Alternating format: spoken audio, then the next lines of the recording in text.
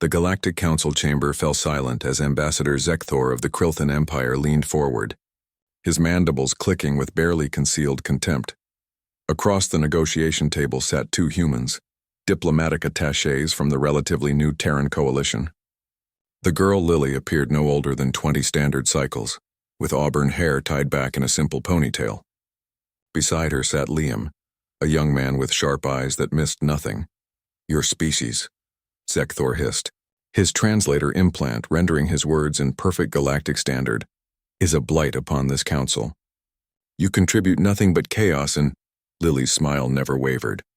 It was the kind of smile that should have warned the Krilton, if he'd bothered to study human behavioral patterns. Instead, he continued.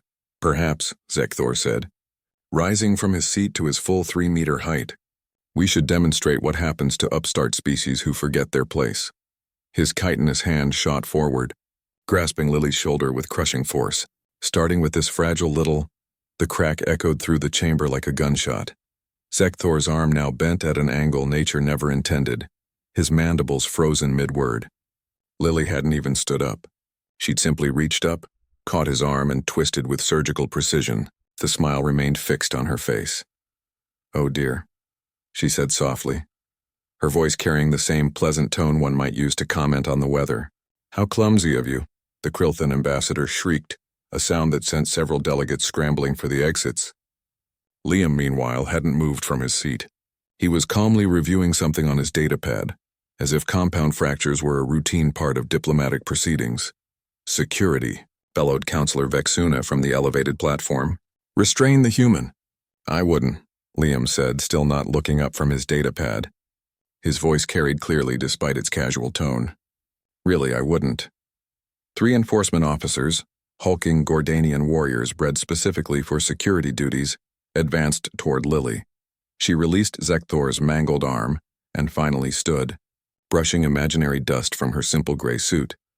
The first officer reached for her. What happened next would be analyzed in military academies across a dozen star systems for years to come. Lily moved like water, like lightning, like something that shouldn't be possible under standard gravity. Her hand struck the first officer's throat with precise force. As he staggered back, gasping, she'd already pivoted.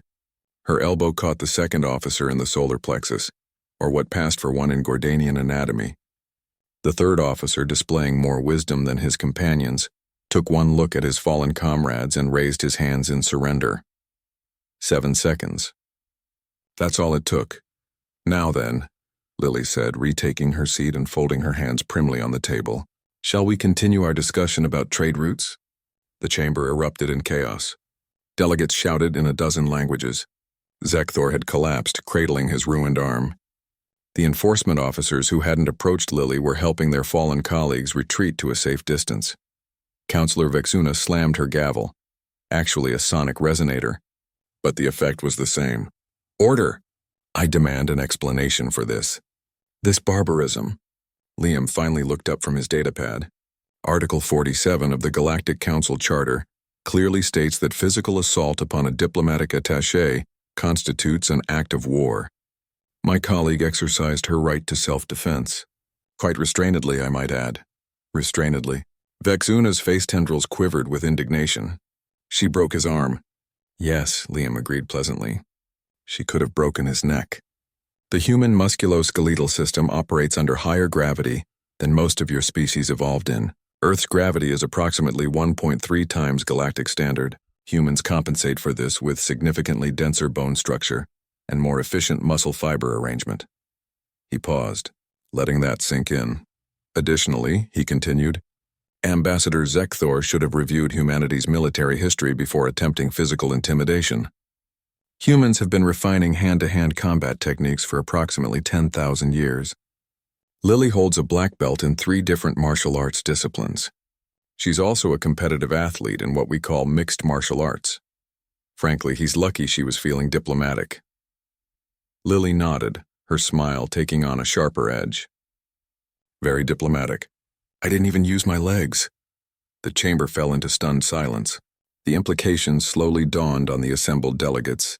These humans, these small, seemingly fragile creatures who'd only recently achieved faster-than-light travel, were individually more dangerous than most of the galaxy's warriors. This is an outrage. Zekthor managed to hiss through his pain. The Krilthan Empire will not stand for— The Krilthan Empire, Liam interrupted, his tone hardening for the first time, will stand down, immediately, or my government will be forced to remind you why humanity has never lost a war. You've barely been to the stars, Vexuna protested. Your fleets are minuscule. Our fleets, Liam said quietly, don't need to be large. They need to be efficient, and human beings don't need overwhelming force when we have overwhelming determination. We evolved on a death world, Counselor. Everything on Earth tried to kill us for millions of years. Predators, disease, weather, each other. We didn't just survive. We conquered our entire planet. Every ecosystem. Every environment. From frozen tundra to scorching deserts to the depths of our oceans. He stood now, and despite being average height for a human, shorter than most species in the chamber, every delegate leaned back slightly. We domesticated wolves into dogs. We turned toxic plants into food. We split the atom and walked on our moon before we even had basic AI.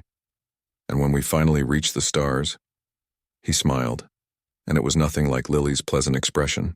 This was the smile of a predator. We discovered that the galaxy was soft. The word hung in the air like a curse. Soft, Liam repeated. Most of you evolved in lower gravity. Most of your worlds are paradises compared to Earth. Your wars are civilized affairs with rules and honor and predetermined outcomes. You've never experienced total war. You've never had to fight for every inch of territory against an enemy that would rather die than surrender. He gestured to Lily, who waved cheerfully. Humans send our children to diplomatic negotiations, Liam said. Not because we don't have experienced ambassadors, we do. But because even our youngest representatives can handle themselves if threatened. Because on Earth we don't coddle our offspring. We train them. We teach them to survive, to fight, to win. Zekthor had gone very quiet, his earlier bravado evaporated. Around the chamber, delegates exchanged worried glances. So here's what's going to happen, Liam said, his voice returning to its earlier pleasant tone. Ambassador Zekthor will apologize to my colleague. The Krilthan Empire will formally recognize that the assault was unprovoked, and that Lily's response was justified under council law. And everyone in this chamber will remember that while humans are happy to negotiate peacefully, we are not weak. And if we refuse? Vexuna asked, though her voice lacked conviction. Lily stood again, stretching languidly.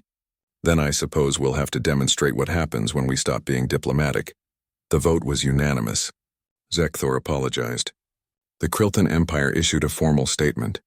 And across the galaxy, military planners began frantically updating their assessments of human capabilities. In the aftermath, as Lily and Liam left the chamber, one of the junior delegates, a young Arcturian named Velnus, approached them nervously. Excuse me, she said. But are all humans like you two? Lily and Liam exchanged glances. Then Lily's smile returned, warm and genuine this time. Oh, sweetie, she said kindly, we're diplomats. We're the nice ones. The Arcturian watched them leave, then turned back to observe the chaos in the chamber. The nice ones, she thought with growing dread. Stars above, what are their soldiers like? It was a question the galaxy would spend the next century trying very carefully not to answer.